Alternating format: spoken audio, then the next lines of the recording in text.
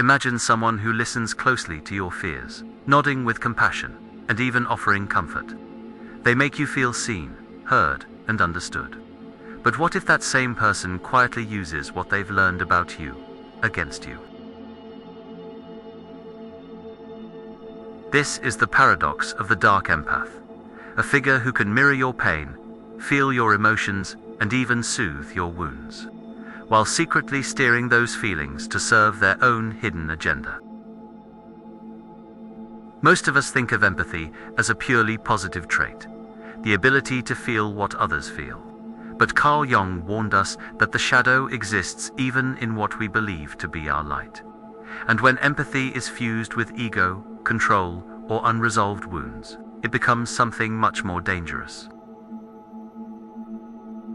The dark empath doesn't look like a villain. They look like a friend, a mentor, or a partner. They offer warmth while hiding the cold intention of manipulation. And that's why they are so difficult to recognize. Dark empaths thrive by creating emotional traps. They listen deeply, they nod at the right moments, and they mirror your emotions so convincingly that you feel an instant bond. This is the first hook. They give you the illusion of safety. They will say, "I understand you better than anyone else," and in that moment, you may believe them, because it feels true. But here's the subtle danger. The more you reveal, the more power they gain. Each story you share, each secret you confess, becomes a thread they can later pull. And when the time is right, those threads are woven into subtle manipulations, small guilt trips, emotional debts, or reminders of what you once said in confidence. Jung often warned that our unconscious longings make us vulnerable. When we ache for connection, we lower our guard. And it's in this lowering that the dark empath strikes, not with force, but with influence, shaping your choices from the inside out. Asterisk. So what exactly is a dark empath? Psychologists describe them as individuals who combine the emotional sensitivity of an empath with the manipulative traits of what's known as the dark triad: narcissism, Machiavellianism, and psychopathy. But unlike pure narcissists or manipulators, dark empaths are harder to detect. Why? Because they can genuinely feel what you feel. They sense your sadness, your joy, your fear. They may even weep with you, and that authenticity makes them seem safe. Yet, woven into that empathy is calculation. A dark empath uses your emotions not only to connect, but to control. They understand vulnerability, and instead of protecting it, they sometimes weaponize it. Carl Jung spoke of the shadow, the hidden parts of ourselves we refuse to acknowledge. In a dark empath, that shadow fuses with sensitivity, creating a paradoxical figure, part healer, part manipulator.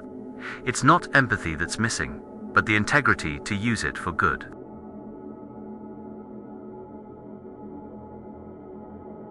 How do you actually spot a dark empath? The first sign is how they use emotional insight. A dark empath notices tiny shifts in your tone, your posture, even your breathing. They'll mirror your emotions perfectly, making you feel deeply understood. But this mirroring isn't always for comfort. Sometimes it's to gather data. Second, watch how they use charm. It doesn't come across as arrogance, but as disarming friendliness. They may flatter you, joke with you, and create an instant sense of closeness. But beneath the warmth, there's often an undercurrent. They are building influence, brick by brick. Jung would say, the unconscious is revealed in patterns. If you feel consistently drawn in by someone, yet strangely uneasy afterward, that's a red flag. The dark empath thrives in that in-between space, where you trust them, but can't quite explain why you also feel drained. Asterisk. Another sign of the dark empath emerges in personal relationships. They carry a sensitivity that makes them easily wounded. But instead of communicating openly, that pain can turn into quiet resentment. A small, slight forgotten plans, delayed messages can become ammunition stored away for later use. Then comes the guilt tripping. A dark empath won't usually confront you directly. Instead, they'll make subtle remarks that remind you of what you owe them. They might say, "I stayed up all night listening to you, but you never ask how I feel." On the surface, it seems like a fair point, but the pattern is the weapon. It's not about balance, it's about control. Carl Jung said that what we repress returns in disguised forms for the dark empath. Repressed anger and fear often disguise themselves as kindness until the mask slips.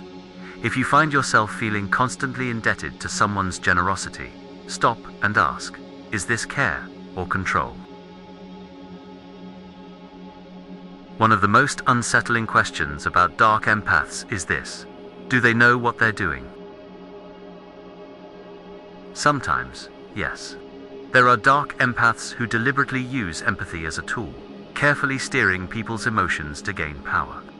They are fully conscious manipulators, aware of their tactics. But often, the truth is more complicated. Many dark empaths act unconsciously. They genuinely believe they're helping, when in reality, they are projecting their own unresolved wounds onto others. Their shadow, as Carl Jung would say, is in the driver's seat, hidden, unacknowledged, and shaping behavior without their awareness. This is what makes them so dangerous, the blend of sincerity and shadow. You might sense that they care for you, and in many ways they do.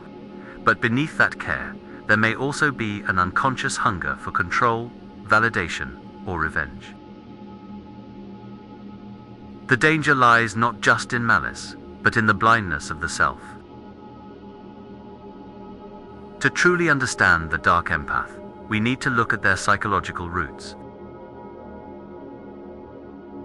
Carl Jung described the shadow as the parts of ourselves we repress, traits we reject, deny, or hide away. These unacknowledged aspects don't disappear. Instead, they slip into the unconscious, shaping our behavior in ways we may not notice. For many dark empaths, the shadow begins with pain in childhood, moments of neglect, betrayal, or feeling unseen.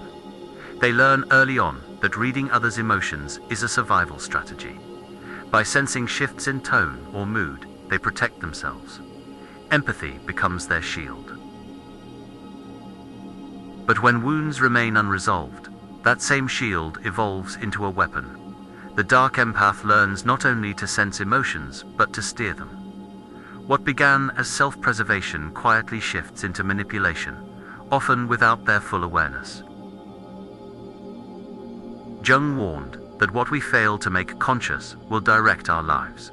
For the dark empath, those early shadows continue to pull strings long into adulthood. Here's the hardest part. How do you know if this shadow lives in you? Jung reminded us that we all carry a shadow. The question is not whether it exists, but whether we've made it conscious. So ask yourself, do you ever use your sensitivity to gain subtle advantages? Have you ever guilt-tripped someone you care about, not out of malice, but from fear of being ignored? Do you sometimes hide resentment behind kindness? These are not easy questions to face. But honesty here matters more than comfort, because if left unchecked, these small habits become patterns that shape how you connect, how you love, and how you lead. A dark empath isn't always a monster. Sometimes they're simply a person who has never confronted their wounds. By acknowledging the shadow within, you disarm its control. What was once unconscious begins to lose its power. As Jung wrote, one does not become enlightened by imagining figures of light, but by making the darkness conscious. So, can dark empathy be transformed? Yes, but it requires courage. Jung taught that the shadow is not to be destroyed, but integrated. The very traits that make a dark empath dangerous: emotional awareness, sensitivity, and insight, can also make them powerful healers, leaders, and creators. The first step is awareness. Naming the shadow disarms it. The second is honesty, admitting when your empathy has slipped into control. The third is practice. Journaling, therapy, or mindfulness can reveal hidden motives before they turn into patterns. Most importantly, transformation comes through compassion, not just for others, but for yourself. When you can forgive the parts of you that once needed control, you loosen their grip. The dark empath's gift is also their challenge: to turn empathy from a mask into a mirror that reflects not manipulation, but truth. The shadow never disappears. It walks with us quietly, every day. But by turning to face it, we take away its power to control us. This is the path of transformation. Not denial, not perfection, but awareness. The dark empath is not a fixed identity. It is a pattern, one that can shift when we choose honesty over illusion. Jung believed that freedom comes not from escaping the shadow, but from integrating it, to see both light and dark within yourself, and to live in balance. So, as you leave this reflection, ask yourself, where does empathy in your life end, and where does shadow begin? That question alone can change everything. The journey inward is not easy, but each step brings you closer to wholeness. And each time you look within, you move from fate to freedom.